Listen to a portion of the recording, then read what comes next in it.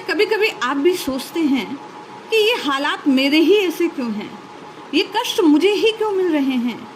क्यों मैं सुख प्राप्त करने का प्रयास करते हुए भी दुखों की ओर चला जाता हूँ?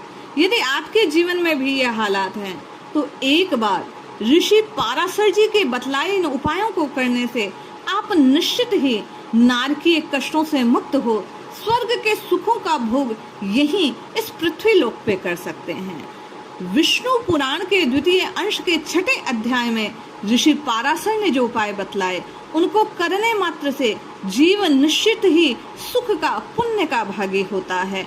दुख की प्राप्ति पाप के कारण और सुख की प्राप्ति पुण्य के कारण होती है। तो विचार करने की बात कि सबसे बड़ा पुण्य क्या है जिसे करने से केवल और केवल सुख की प्राप्ति हो। ऋषि पाराशर जी बतलाते हैं कि जीव के चित्त में पाप कर्म के अनंतर जो पश्चाताप का भाव आता है, उस पश्चाताप के लिए कई विधान हैं। कोई जप करता है, कोई तप करता है, कोई दान करता है, कोई सत्कर्म करता है। कई प्रकार के कर्म करने पर वह पापों से मुक्त हो जाता है।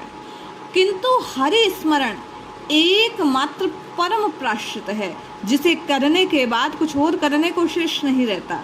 केवल और केवल एक हरि नाम का उच्चारण करने से जीव समस्त पापों से छूटकर, नरकों से छूटकर स्वर्ग रूपी सुखों का भोग करता है। ऋषि पाराशर जी नाम की वंदना करते हुए कहते हैं कि प्रातः काल, सायकाल, रात्रि में अथवा मध्याह्न के समय, किसी भी समय श्री नारायण का स्मरण करने से पुरुष समस्त पापों से तत्काल छूट जाता है। श्री भगवान का स्मरण करने से पाप राशि भस्म हो जाती है और पुरुष मोक्ष को प्राप्त करता है।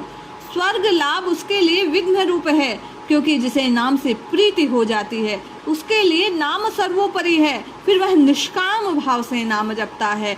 फिर वह कामना नहीं रखता कि स्वर्ग की प्राप्ति हो, कि मुझे ये सुख मिले, मुझे ऐसा मिल जाए, धन लाभ हो जाए, अमुक अमुक चीज, अमुक अमुक वस्तु की प्राप्ति हो जाए। नाम से प्रीति होने का संकेत यही है कि नाम से प्रीति होने पर केवल और केवल श्री हरि में प्रीति हो जाती है।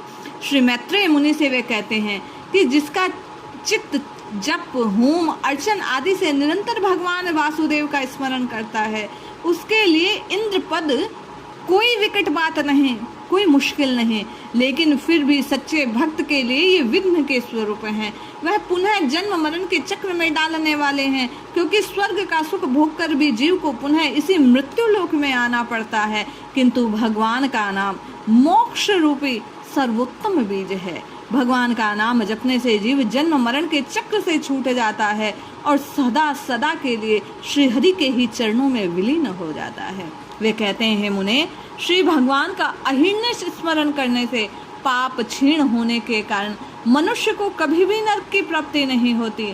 चित्त को प्रिय लगने वाला स्वर्ग और उसके विपरीत ही जो अप्रिय वस्तु है वही नरक है। लेकिन हे मुनि श्रेष्ठ, जो जीव भगवान नाम का स्मरण करता है वह इस द्वैत से मुक्त होकर केवल और केवल हरि स्वरूप परम आनंद में विलीन हो जाता है।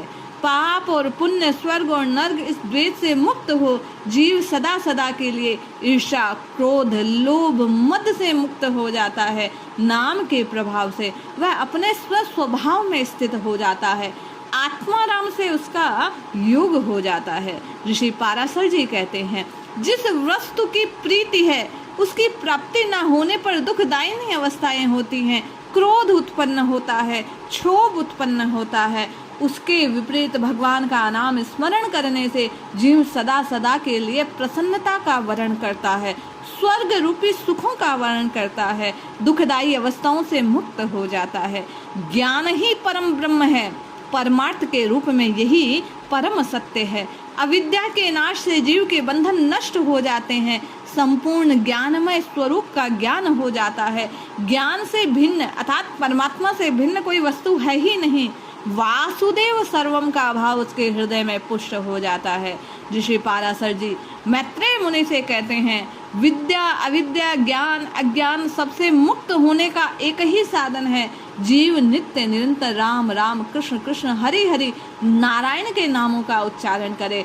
भगवान नाम का स्मरण, भगवत भक्ति जीव को सदा सदा से द्वैत से मुक्त करने वाली है। आत्मा और परमात्मा के भेद से, अंश और अंशी के भेद से मुक्त करने वाली है।